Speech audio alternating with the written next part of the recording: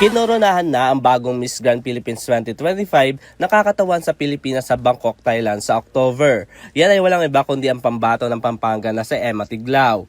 Inanunsyo yan sa kakatapos lang na coronation night sa SM Mall of Asia Arena kahapon. Mula sa 29 na mga kandidatang naglaban-laban para sa titulo bilang Miss Grand Philippines 2025, si Tiglao ang nakasungkit ng corona.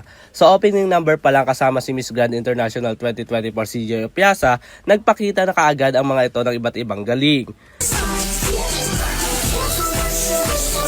Bukod dyan, ipinamalas rin ng 15 kandidata ang kanilang galing sa pagrampa suot ang kanilang swimsuit at long gown. Pagdating naman sa question and answer portion, nang tanongin si Miss Grand Pampanga ng if peace could be packaged like a product, how will convince the world leaders to buy it? Ito ang kanyang naging sagot kaya siya ang itinanghal na bagong Miss Grand Philippines 2025. I would convince world leaders to see it as a quality, not as a quantity. What I mean is that the quality of us having constant dialogue with each other. It's not about the quantity or the time we need to prepare or we need to talk with each other, but it's the constant dialogue. Because if we will do that, we will eradicate disparities between the opportunities that we can get.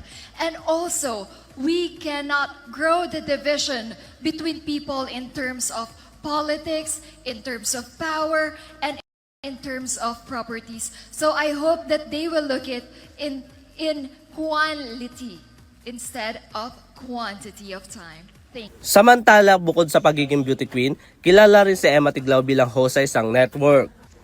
Bukod kay Tiglao, kinoronahan din sina first runner-up Miss Grand Bicolandia Margaret Britton, second runner-up Miss Grand Rizal Province Beatrice Angela Ocampo, Miss Tourism World Philippines 2025 Michelle Arceo ng Taguig City, Reina Hispano-Americana 2026 na mula naman sa Aklan, Face of Beauty International 2025 Nikki Benape ng Quezon City, at Miss Asia Pacific International 2025 Anita Rose ng Zambales.